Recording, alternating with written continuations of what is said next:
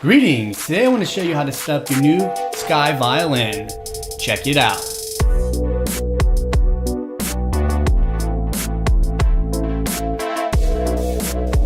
Alright, so I just opened up the Sky beginner violin, okay?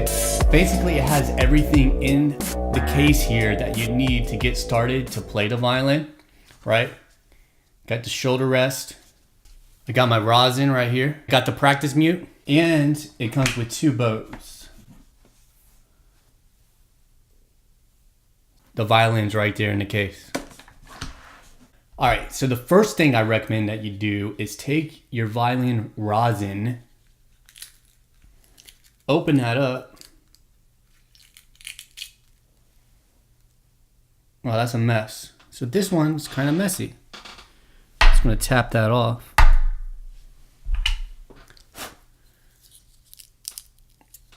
Alright, so it looks like it's a little bit cracked right there. You can see that little piece right there, so it's kind of made a mess. Still looks usable. Alright, so unfortunately, that kind of made a mess.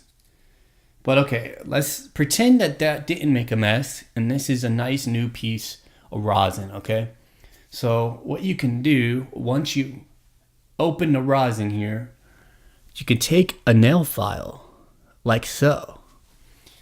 And you take your rosin and then you just scratch the top of it. Check it out now. You can see that there are scratches all over the top of it. So what that's going to enable you to do is take your violin bow, tighten it up, and apply the rosin, okay? So go ahead, take your bow. Okay, you can see the horsehair is loose. Take it and just tighten this part right here. And you'll see eventually the hair will come off of the wood like so. If you can see that. See how there's a little separation there? So you want to tighten it so it's tight. That way when you apply pressure to your violin strings, this part isn't touching the wood. So I will tell you, just a bit of warning, you don't want to over tighten it. You can see, maybe you can see, but there's a little bit of curve right here in the bow. You don't want to tighten it so the curve goes outwards, like out here. I've seen people do that before. That's what you don't want to do. So now that you got the bow tightened, you go ahead and take your rosin and apply it. You know what I mean? So what you could do is you could start at like 1 in and just apply it like that. And you'll see that the bow will start to go from like a golden, a little bit of a yellow color to a white on that side. Now, I recommend applying a fair amount when you first do it, or a reasonable amount, because if you put this bow against your violin strings as it is not going to make any sound. So check it out. Now I didn't tune this violin or anything, but it doesn't matter. It's not going to make any sound. You can see right there, no sound. Now I put a little bit of rosin so it might make a sound. See what I mean? Alright. Anyway, let me finish applying the rosin. Oh, this is so sad. The rosin is just falling apart everywhere. It's so sad. Okay, so normally your rosin isn't going to fall apart all over the place, but this is what I have, so I'm going to go with it.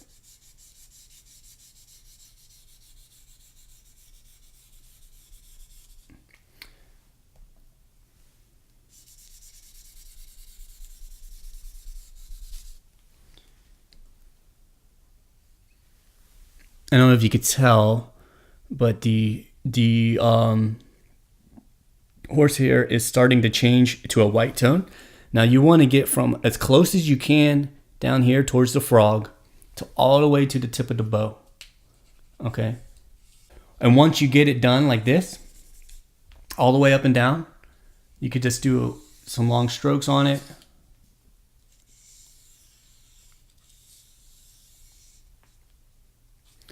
Like so.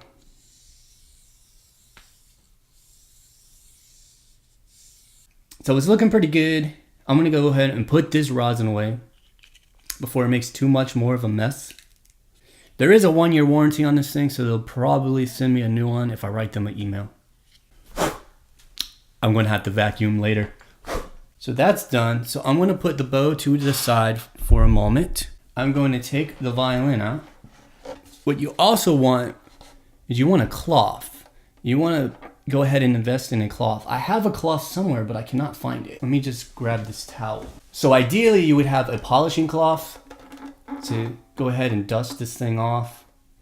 And then, you know, and after every time you use it, you're going to get rosin on your strings and on the front of the violin here, or on the top of it. And you want to go ahead and get all that rosin off of there, and that way it doesn't get caked on there. But just going to take this towel to it for now, because that's what I got. So this particular violin came with the strings on it set up already, so I don't have to put the strings on.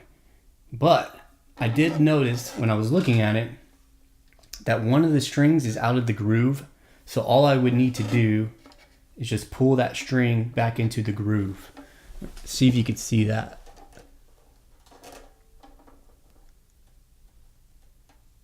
See on the G string, here's the string. There's a little groove right there, and the string's outside of it. So I'm just gonna pop it back in. The same with the E string, actually.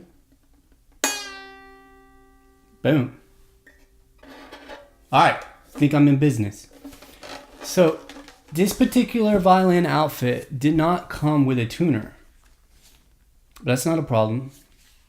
Now, I have tuners around the room here. I have a couple tuners. But I just want to show you, if you don't have a tuner, you can download a tuner on your phone. All right, so I downloaded this tuner. It's a free tuner. Now, the free ones are going to have like some kind of ad on it or whatever. But there are some that you can pay for and they don't have the ads. But you can see it's a tuner right there. So I'm going to go ahead and tune the violin. So I'm just going to tune it like this.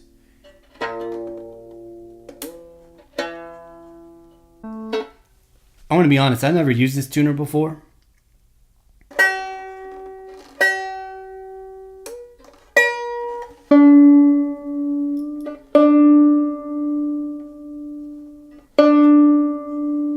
All right, pretty close. So I'm pretty close. I'm just going to use the fine tuner.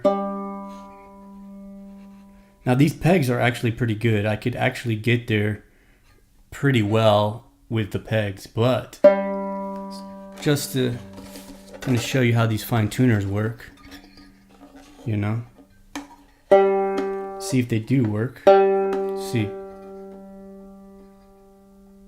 All right, yeah, look at that. All right, pretty much on the money with that. There's a little arrow, so check it out.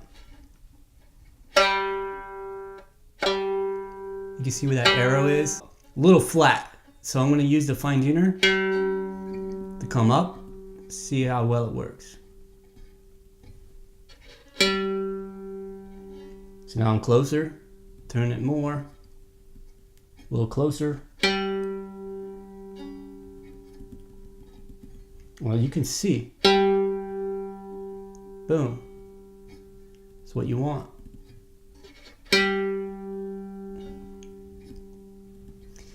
Now, there you go. Anyway, so that's how you tune it. So I'm going to go ahead and go through each one and tune them. So the violin is in tune. You got your bow rosined. The next thing you need to set up is your shoulder rest. So this particular shoulder rest has these feet that pop up. So these feet pop up, boom. And then this part tightens and loosens, right? Because you can use it for 3/4. But I want to keep it 4/4. So let's do that. All right, so I have a tendency to put these on backwards usually because Like when I first started, I'd never used one. I just used like a sponge or a rag on my shoulder, and that was it. But if you have one, you might as well use it, check it out, and see how it works. All right, and if you look, let me show you. There's a fat part here. This part is fatter, this part's skinnier, and you can see it comes up. So this is fat, lower. This is skinny, goes higher. So the fat part goes on where your chin rest is. So fat part, chin rest. So once you've got that on, you can put that on your shoulder like that. Boom, you're good to go right there. Yeah, I tend to need to put it like this. This piece more out, you know? That way, when I pull the bow, check it out.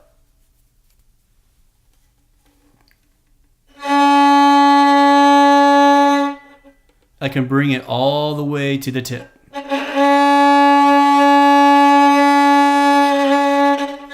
And all the way to the frog.